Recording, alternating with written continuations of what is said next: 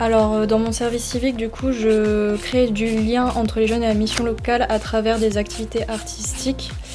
Initialement, je suis rentrée dans le collectif d'artistes que tient un des conseillers. Et me voyant investie, il m'a proposé de rentrer dans ce service civique pour aider les jeunes à s'exprimer, exprimer leur créativité. Et aussi, c'est un espace un peu d'exutoire pour eux. Donc ça leur permet de créer du lien, enfin de créer du partage, des moments de partage surtout.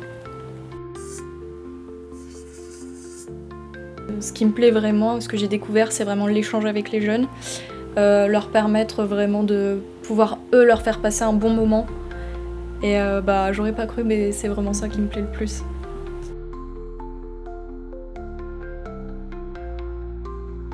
Et donc j'avais pensé à faire un événement à la holotropisme par exemple, donc un soir où on pouvait exposer, à la fois chanter, peindre, permettre au collectif d'artistes de la mission locale de s'exprimer avec leur talent, parce que le collectif d'artistes, ce sont des jeunes qui ont déjà un talent bien ancré.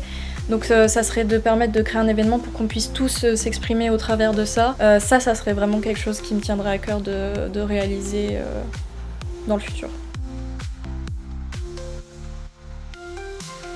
En soi, on peut peindre, créer avec tout. Et ce qui est intéressant, c'est pas le matériau, la technique qu'on va utiliser, c'est surtout l'expérience qu'on décide d'en faire avec. Par exemple, on a eu des cours d'expression artistique quand je faisais mon DNMAD. Et du coup, l'objectif, c'était vraiment de s'exprimer avec tout et n'importe quoi. Et on a eu un thème, c'était le café ou le thé, et on devait développer ce thème-là. Initialement, du coup, on devait choisir le thé ou le café. J'ai choisi le café. Mais en soi, par exemple, je n'aurais pas pensé à travailler le café. Mais ça a été une expérience fort sympathique. Vraiment, parce que ça a eu des rendus très beaux, je trouve. Et en fait, en soi, c'est pas le café qui a rendu l'œuvre belle, les expériences belles, c'est plutôt la manière dont j'ai décidé de l'expérimenter qui a fait que c'était joli. Donc en soi, j'aurais pu utiliser du café ou du thé ou bien autre chose. Ça aurait été la même chose. Enfin, ça aurait été un rendu peut-être intéressant ou pas.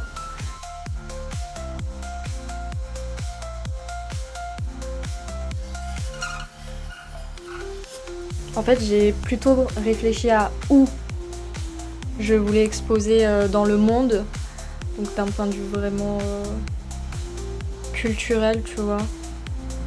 Mais alors un lieu insolite, ça je sais pas du tout.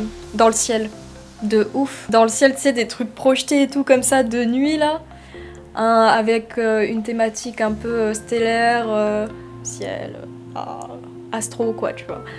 Donc ouais, carrément dans le ciel là comme ça, exposé de nuit, mais vraiment que ce soit exposé dans le ciel, tu vois.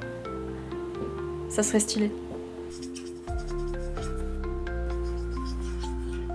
Je suis beaucoup inspirée par surtout des pensées philosophiques plus que des œuvres en elles-mêmes.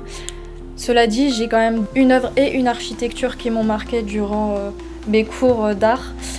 C'est La nuit étoilée de Van Gogh, la technique utilisée et surtout le contraste, enfin la technique du clair-obscur. Je sais pas, elle m'a vraiment touchée cette œuvre. Et j'ai le souvenir aussi, d'ailleurs je l'ai visitée pour de vrai en Italie, la basilique Santa Maria del Fiore, faite de marbre vert, rose et blanc. Incroyable. J'ai été particulièrement touchée par la Renaissance italienne en fait. Le fait de l'avoir vue de mes yeux aussi, c'était émouvant. D'ailleurs j'ai fait un éventail inspiré de cette basilique. Ce qui est intéressant dans l'art, c'est que l'art a un rôle à tous les niveaux. Il y a une phrase d'un professeur qui m'a marquée qui disait que l'art est assez étonnant dans l'idée où il fascine les gens, car il fascine en fait toujours autant les gens depuis son existence, c'est-à-dire depuis toujours, et quand bien même il n'a aucune fonctionnalité. L'art n'a pas de fonctionnalité en soi, il n'a pas d'utilité pour son quotidien, et en même temps il est là.